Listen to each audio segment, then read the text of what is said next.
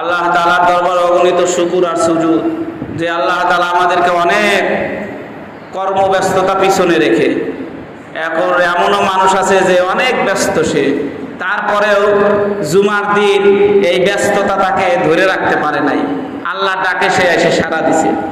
আবার এমনও বাড়ি আছে যার বাড়ি অনেক বড় অনুষ্ঠান, কিন্তু তারপরেও এই অনুষ্ঠানের কাজ বাজ তাকে ধরে রাখতে পারে নাই। একজনের আছে যে সে নিজেই বিবাহ করতে যাবে, কিন্তু সেই বিবাহের অনুষ্ঠানের হাজারো কাজ তাকে ধরে রাখতে পারে নাই। আল্লাহ ডাক হাইয়া আলাস সালাহ হাইয়া আলাল ফালাহ তাকে নিয়ে আসছে। কেনই বা নিয়ে আসছে? যে আল্লাহ তাআলা এদেরকে মাফ করে দিবে। সুবহানাল্লাহ। এই জন্য ভাই, মুসলমান হওয়ার পর সর্বপ্রথম কাজ হলো নামাজ আদায় করা। কি আদায় করা? নামাজ আদায় করা। আর নামাজের মাধ্যমে মানুষ মুত্তাকি হয়, কি হয়? পরহেজগার হয়, ক্ষুধাভীরু হয়।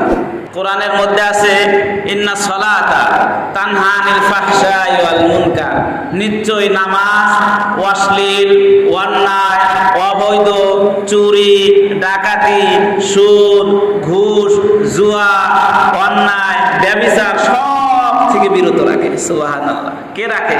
নামাজ রাখে। যদি সেই নামাজ হয়, কি হয়?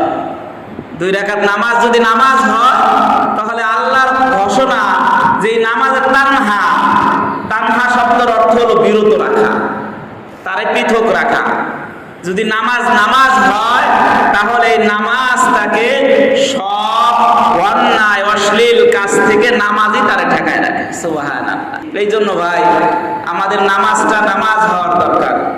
আর এর জন্য আল্লাহর ভয়, আল্লাহর খৌফ, আল্লাহর খশিয়াত, এই সব কিছু ভিতরে থাকা লাগবে। এক লোক জিজ্ঞাসা করছে যে আমি যে ইমানদার, এটা বুঝবো কিভাবে? ইমানদার বোঝার কারণ কি?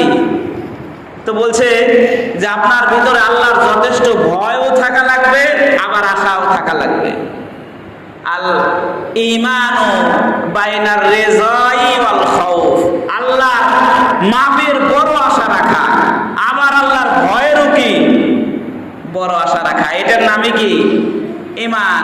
হাদিসের মধ্যে আছে, যখন মানুষ ভালো কাজ করে, ইদা সাররাতকা হাসানাতুন ওয়া সাআতকা সাইয়্যাতুন আনতা মুমিন। সুবহানাল্লাহ। ভালো কাজে তোমার ভালো লাগে, দিলে খুশি লাগে, তাহলে আনতা মুমিন, তুমি কি? ওয়া সাররাতকা সাইয়্যাতুন, খারাপ কাজ, গুনার কাজ তোমার কাছে খারাপ মনে হয়, তাহলে বুঝো যে তুমি মুমিন, তুমি আল্লাহওয়ালা।